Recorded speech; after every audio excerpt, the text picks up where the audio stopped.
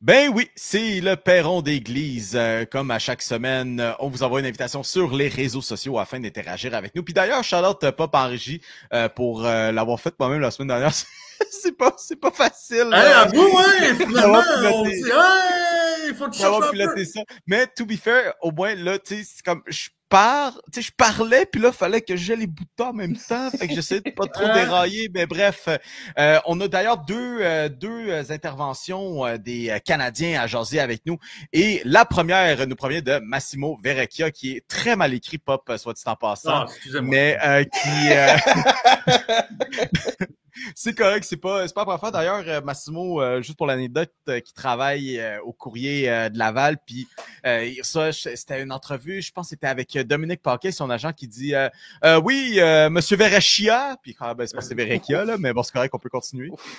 Puis bref, qui amène un échange, honnêtement, ça doit être un des trucs les plus enflammés qu'on doit avoir eu sur ce programme. Ivan Demidov contre Mitch Marner, 1 contre 1, et je Un confirme contre bien, un. pour avoir discuté avec lui cette semaine, il m'a bien confirmé 1 pour 1. Écoute, écoute, on va juste mettre un peu de contexte à ça.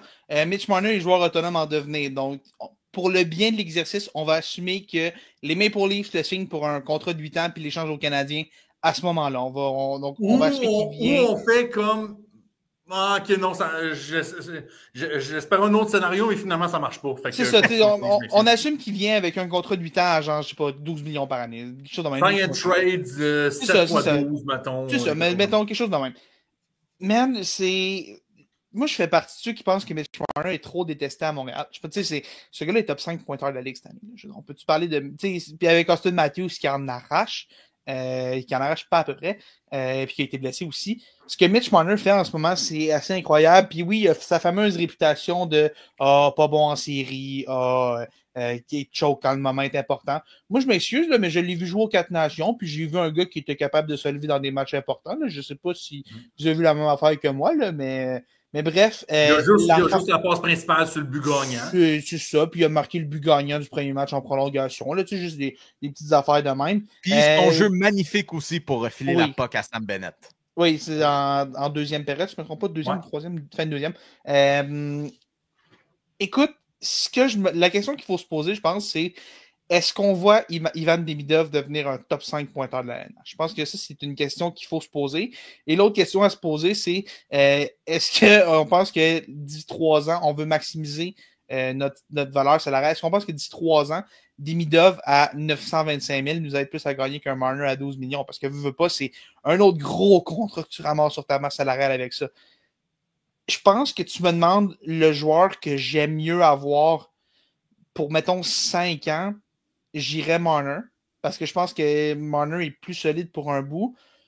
Mais, tu sais, il faut que tu gères sur un. Des gars de même, c'est des chances qu'il faut que tu penses sur 10-15 ans. Puis je pense que Demidov aurait un 10-15 ans. Je pense qu'il y a des chances assez bonnes d'être un pointeur élite sans être top 5, que ce soit top 10 ou top 20.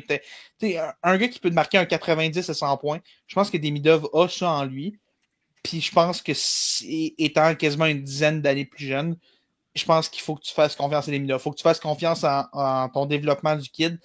Puis tu as un entraîneur qui, clairement, est capable de développer ces gars-là. On a vu quand il est arrivé, a relancé Cole Caulfield, Lane Hudson, ça va bien. Slav, c'est pas tout le temps bien, mais je veux dire, on voit des flashs quand même. Puis je pense que tu peux pas laisser partir Demidov. Mais j'imagine juste la réaction en ville, par exemple. Ce serait, je pense qu'il y aurait peut-être une émeute dans les rues.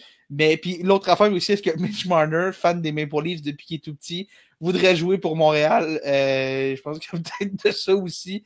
J'aimerais ça. Moi, honnêtement, si le Canadien veut signer Mitch Marner cet été, je vais être le premier à être content de donner 14 millions par année. Je m'en sac signer Mitch Marner.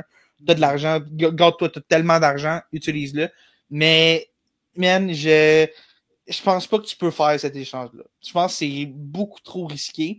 Mais c'est super intéressant. Je pense que ça dépend de ta philosophie de est-ce que tu veux vraiment être all-in d'ici 5 ans?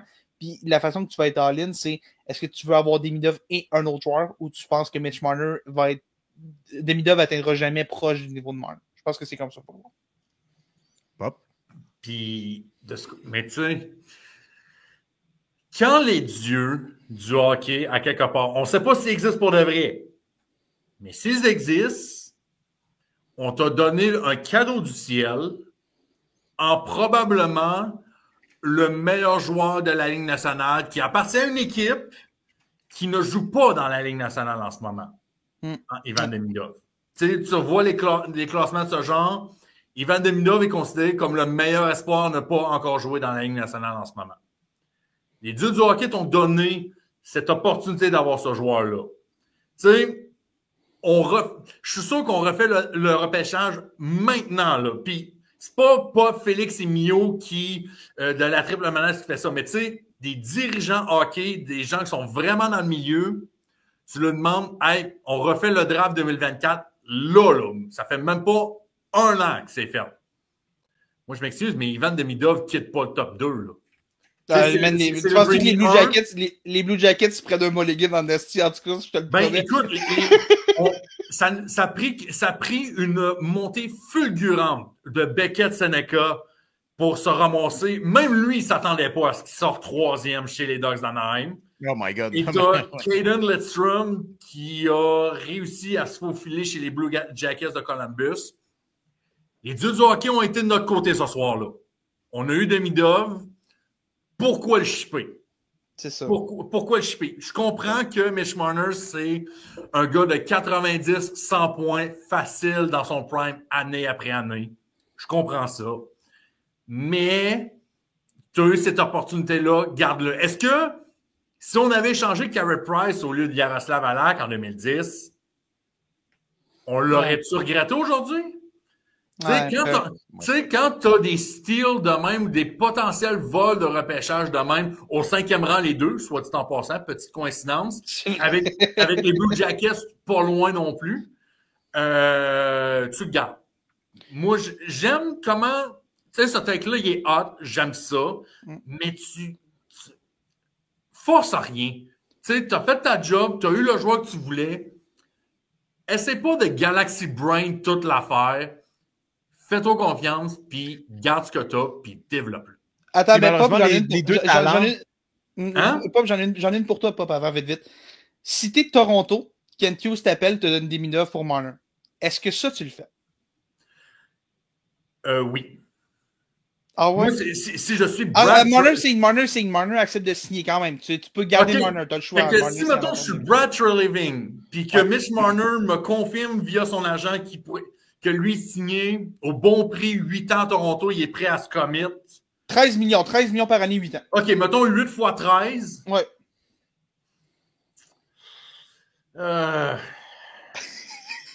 C'est fou, hein, que Bob me paraît littéralement du meilleur prospect nord-américain, non nord-américain, pardon, à pas être en LNH encore. Puis c'est parce que c'est comme pas arrivé que le Canadien ait un tel talent.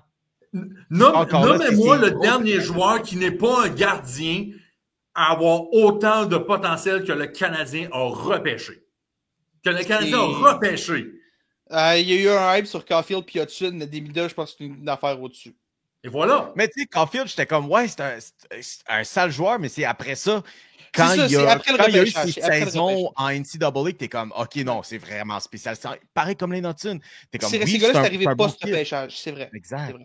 Sinon, Lane Hudson, c'est un gars qui t'est arrivé dans les mains, qui t'es dit merci, je vais le prendre. Cole Caulfield, c'est la même affaire. Puis, quand t'as des affaires de même, tu les gardes. Je pense que le seul où je me suis réellement emballé, parce que 2005, je peux pas vous dire que je m'en rappelais, mais un que je me suis vraiment emballé pour, c'était Mikhail Sergachev, parce que un bon talent comme défenseur offensif.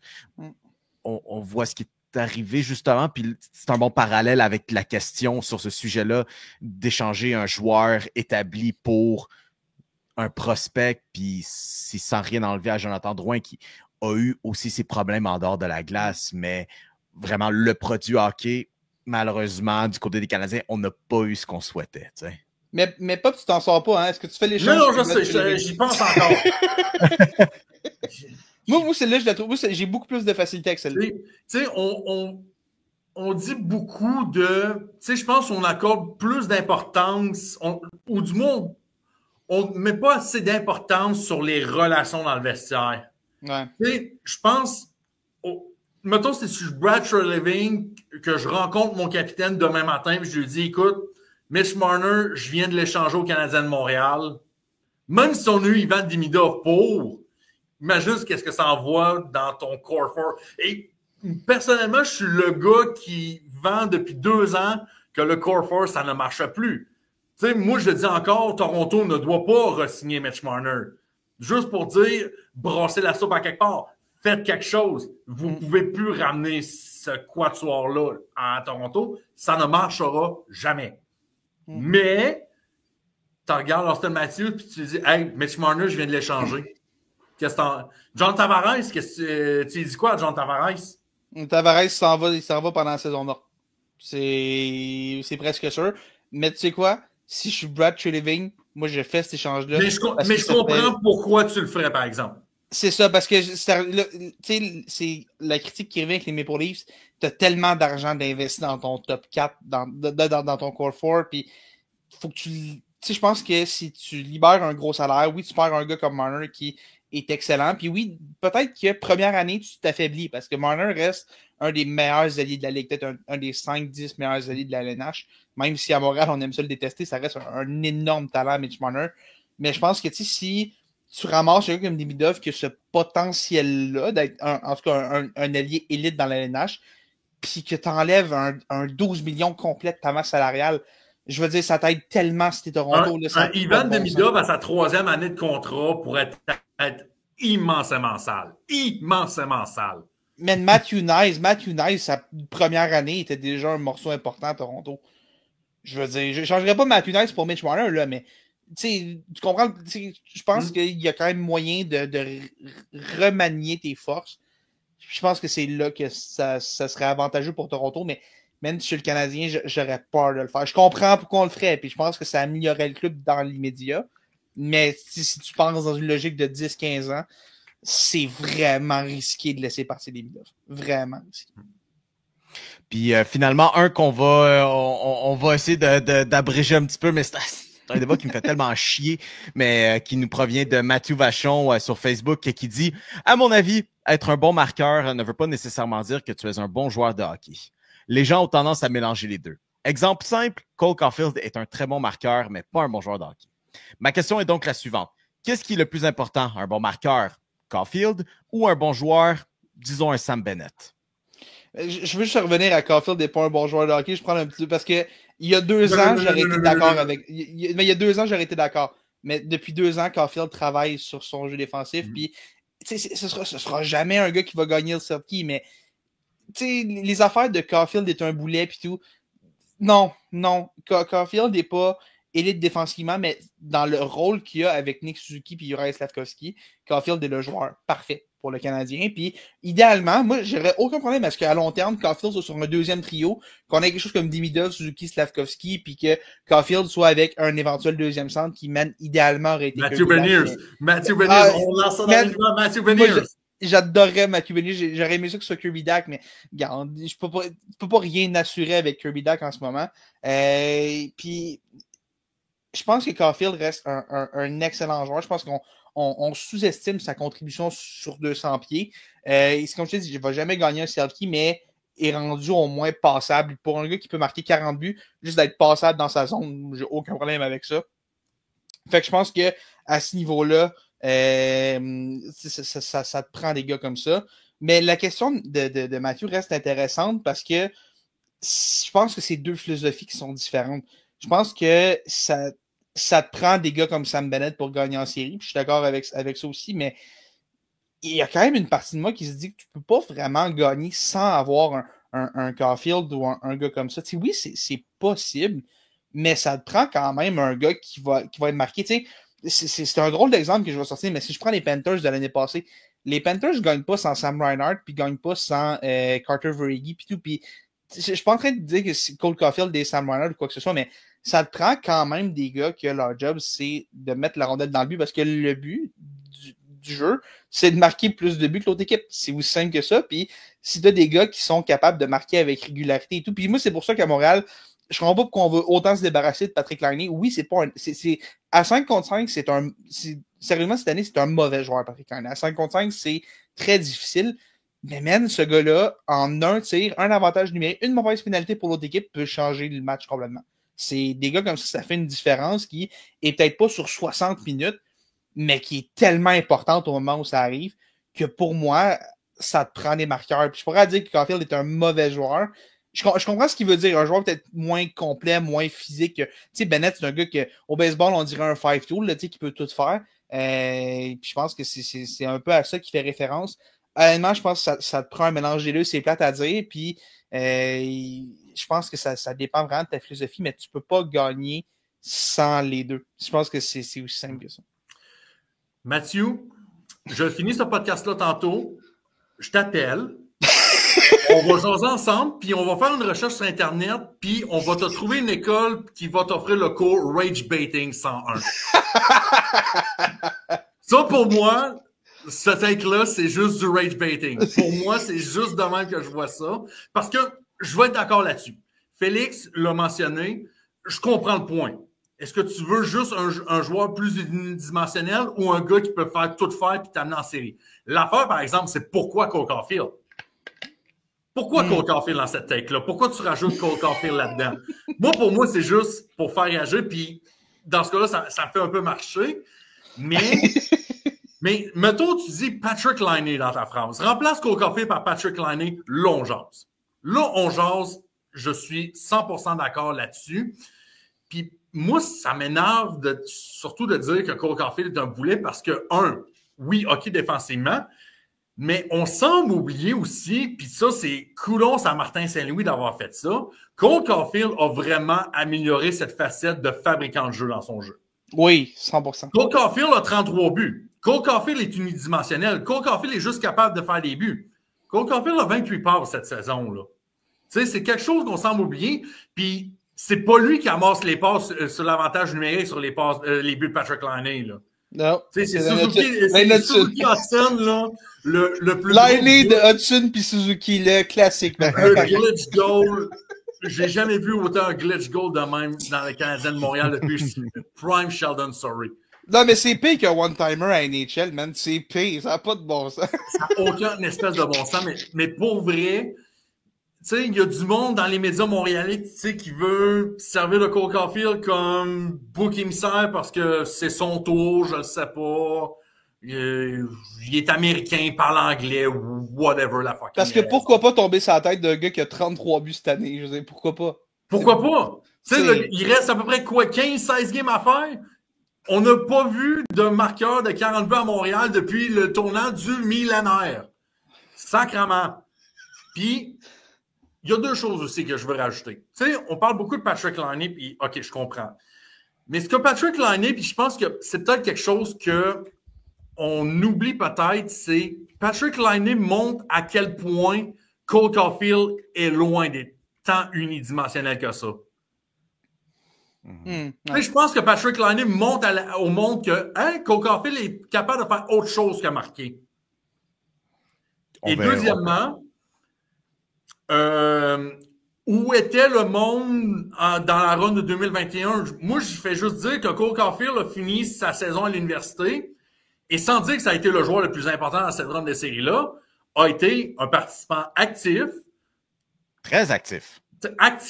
Très actif à la qualification de la finale de la Coupe Stanley du Canadien de Montréal. Robin Lehner le voit encore dans ses cauchemars. Puis, on oublie ça, mais la fameuse série de deuxième ronde complètement oubliée contre les Jets de Winnipeg, qui fait le beau jeu pour mettre la passe à Tyler Toffoli pour envoyer le Canadien en troisième ronde? Pour Caulfield. Qui participe au 2 contre 0, qui ramène Montréal dans la série contre Toronto avec Nick Suzuki? Caulfield. Fait que moi, dire que est-ce que oui, je prendrais Sam Bennett avec le Canadien? Oui. Est-ce que je remplacerais Cole Caulfield par Sam Bennett par le Canadien de Montréal? Non. Jamais. Absolument pas. Puis, on parle beaucoup de Montréal. Le meilleur équivalent en ce moment dans l'ouest de Montréal, c'est qui? C'est Calgary. Et Calgary a besoin de quoi en ce moment? De marqueurs. Ont besoin de buts, besoin d'offensive. Ils se font littéralement traîner par un gardien recru en série. Ajoute Cole Caulfield à Calgary, cette équipe-là n'est pas dans une course aux séries. Les Islanders de New York rajoutent Cole Caulfield. Est-ce qu'on échange Brock Nelson? On est-tu dans la course? On est-tu dans le mix? On est-tu dans le wildcard? Caulfield, il deviendrait plate avec les Islanders comme n'importe qui. Ça, c'est vrai, par exemple. Ça, c'est vrai, par exemple, un bon point là-dessus. Mais je me dis que le slender là-dessus de Cole Caulfield, qu'il est inutile, un boulet et tout ça, c'est non. Absolument pas. C'est juste du rage baiting. Vous l'avez entendu sur ça. Mesdames et messieurs, juste avant qu'on se quitte, quand même, on a l'énigme du joueur de la semaine pour vous. Alors, cette semaine, nous avons un athlète qui a été repêché en 2017 qui porte maintenant, ou du moins qui va porter l'uniforme peut-être, indice des Seahawks de Seattle de nationalité américaine avec 6 touchés en 2024. Vous aurez compris que c'est un joueur de football. Félix, de qui parle-t-on? De Cooper Kupp, qui pour la première fois, on peut pas mettre le logo des Rams à équipe actuelle. Cooper Kupp qui vient de signer avec les Seahawks, comme on en a parlé, va être une cible de confiance, un security blanket, comme on appelle en anglais pour Sam Darnold, le nouveau carrière. Donc, une belle prise quand même à Seattle, puis on verra si Cooper Kupp peut redevenir le gars de 2021 avec les Seahawks. Très exactement. Et mesdames et messieurs, c'est ce qui met fin au programme de la triple menace cette semaine. On vous rappelle que vous pouvez interagir avec nous via notamment la page Facebook des superfans de Tigers de Guangdong où vous pourrez interagir bien sûr avec nous, mais participer à l'émission telle qu'avec le Perron d'église ou toute autre interaction que vous avez avec nous. On vous invite aussi Instagram et TikTok où vous pouvez rejoindre et voir nos faits saillants et toute autre participation à l'émission. Également, notre émission YouTube où on va publier nos segments. D'ici là, mesdames et messieurs, on se retrouve la semaine prochaine à la triple menace et bon March Madness!